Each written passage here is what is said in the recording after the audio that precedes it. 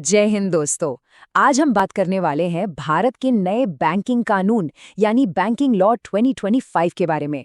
और देखिए, कहा तो ये जा रहा है कि ये कानून इंडियन बैंकिंग में एक बहुत बड़ी क्रांति लाने वाला है। तो चलिए फिर समझते हैं कि इसका सीधा सीधा मतलब हम सबके पैसों के लिए क्या है। अब देखिए, इससे पहले कि हम इस कानून की टेक्निकल डिटेल्स में जाएं, एक बहुत ही सीधा सा लेकिन बहुत जरूरी सवाल है। हम सब अपने भविष्य के लिए पैसे बचाते हैं ना, पर क्या कभी ये सोचा है कि हमारे बाद हमारी मेहनत की कमाई का आखिर होता क्या है? ये नया कानून इसी मुश्किल सवाल का जवाब लेकर आया है, और यकीन मानिए, ये तो बस शुरुआत है। तो सबसे पहला सवाल जो दिमाग में आता है वो ये है कि भाई इस इतने बड़े बदलाव की जरूरत ही क्यों पड़ी? आखिर हमारी पुरानी बैंकिंग सिस्टम में ऐसी क्या कमी थी जिसे ठीक करना जरूरी हो गया? देखिए, आज का जमाना पूरी तरह से डिजिटल है ना? और इसी डिजिटल बैंकिंग ने चीजों को काफी कॉम्प्लेक्स बना दिया है। फिर एक और बड़ी दिक्कत थी नॉमिनी से जुड़े नियमों की। वो इतने साफ नहीं थे, जिसकी वजह से अक्सर परिवारों में झगड़े हो जाते थे। और हाँ, जाहिर सी बात है, जहां इंसान है वहां गलतियां तो होंगी ही। तो बस इन्हीं सब परेशानियों को दूर करने के लिए एक मजबूत और मॉडर्न कानून की बहुत ज्यादा जरूरत थी। तो इस कानून का मकसद आप कह सकते हैं बिल्कुल साफ है। एक ऐसा बैंकिंग सिस्टम बनाना जो सिर्फ आज की मुश्किलों से ही न निपटे, बल्कि आने वाले कल के लिए भी पूरी तरह से तैयार हो। मतलब एक ऐसा सिस्टम जो हम सब के लिए सिंपल हो, आसान हो और सबसे जरूरी, एकदम सेफ हो। चलिए, अब बात करते हैं इस कानून के पहले और शायद सबसे जरूरी बदलाव की। ये एक ऐसा बदलाव है जो सीधे सीधे हम सभी से जुड़ा हुआ है, और वो है नॉमिनी के नियम। ये इस बारे में है कि हमारी मेहनत की कमाई हमारे अपनों तक सुरक्षित तरीके से कैसे पहुंचे। और यहीं पर आता है सबसे बड़ा ट्विस्ट, एक मैजिकल नंबर, और वो नंबर है 4। जी हाँ, बिल्कुल सही सुना। अब कोई भी अपने बैंक अकाउंट में 1 या 2 नहीं, बल्कि पूरे 4 नॉमिनीज ऐड कर सकता है। सच में ये एक गेम चेंजर है। लेकिन बात सिर्फ नॉमिनी की गिनती बढ़ाने की नहीं है। अब ये भी तय किया जा सकता है कि किस नॉमिनी को आपके पैसों का कितना % हिस्सा मिलेगा। सोचिए, इससे प्रॉपर्टी का बंटवारा कितना आसान हो जाएगा, और भविष्य में जो पारिवारिक झगड़े होते हैं वो भी काफी हद तक रुक जाएंगे। और हाँ, एक बात और याद रखिएगा, अब से हर नए अकाउंट या लॉकर के लिए नॉमिनी बनाना कंपलसरी है, यानी जरूरी है। अच्छा, चलिए अब आगे बढ़ते हैं। अब देखते हैं कि ये कानून हमारे बैंक में रखे पैसे को पहले से ज्यादा सेफ कैसे बनाता है। और इसका जवाब छिपा है डिपॉजिट इंश्योरेंस में हुई एक जबरदस्त बढ़ोतरी में। देखिए, पहले क्या होता था। 1968 से बैंक अकाउंट पर सिर्फ 5 लाख रुपए का इंश्योरेंस मिलता था। मतलब अगर भगवान ना करे कोई बैंक डूब जाए तो आपको ज्यादा से ज्यादा बस 5 लाख ही वापस मिलते।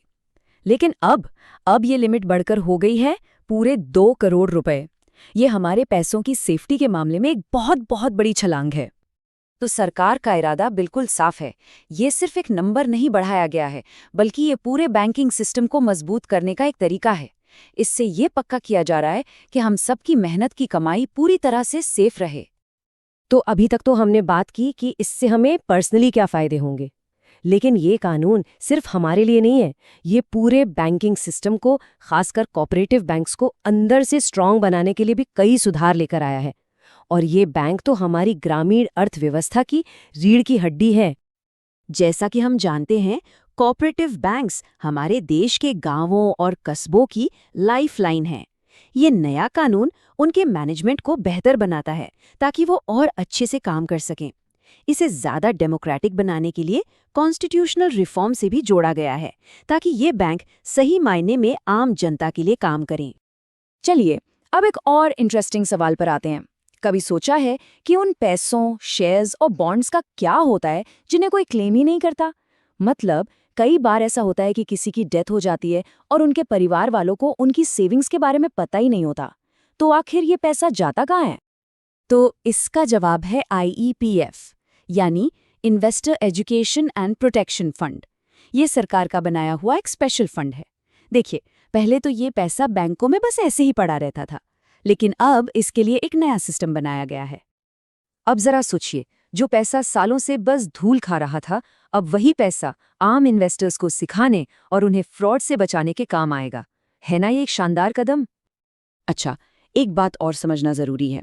ये जो 2025 का कानून है, ये कोई रातों रात हुआ बदलाव नहीं है, बल्कि ये भारत के बैंकिंग सिस्टम में सुधारों की एक बहुत लंबी जर्नी का अगला पड़ाव है। चलिए इस कमाल की यात्रा पर एक छोटी सी नजर डालते हैं। देखिए, कहानी शुरू हुई 1934 में आरबीआई की स्थापना से। फिर 1949 में सभी बैंकों के लिए एक नियम बना। 1955 में एसबीआई आया ताकि बैंकिंग गांव तक पहुंच सके। फिर 60 और 80 के दशक में हुआ बैंकों का नेशनलाइजेशन। हाल ही में 2020 में कोऑपरेटिव बैंक्स पर आरबीआई का कंट्रोल और मजबूत किया गया। और अब 2025 का ये नया कानून इसी पूरी विरासत को एक डिजिटल फ्यूचर की तरफ ले जा रहा है।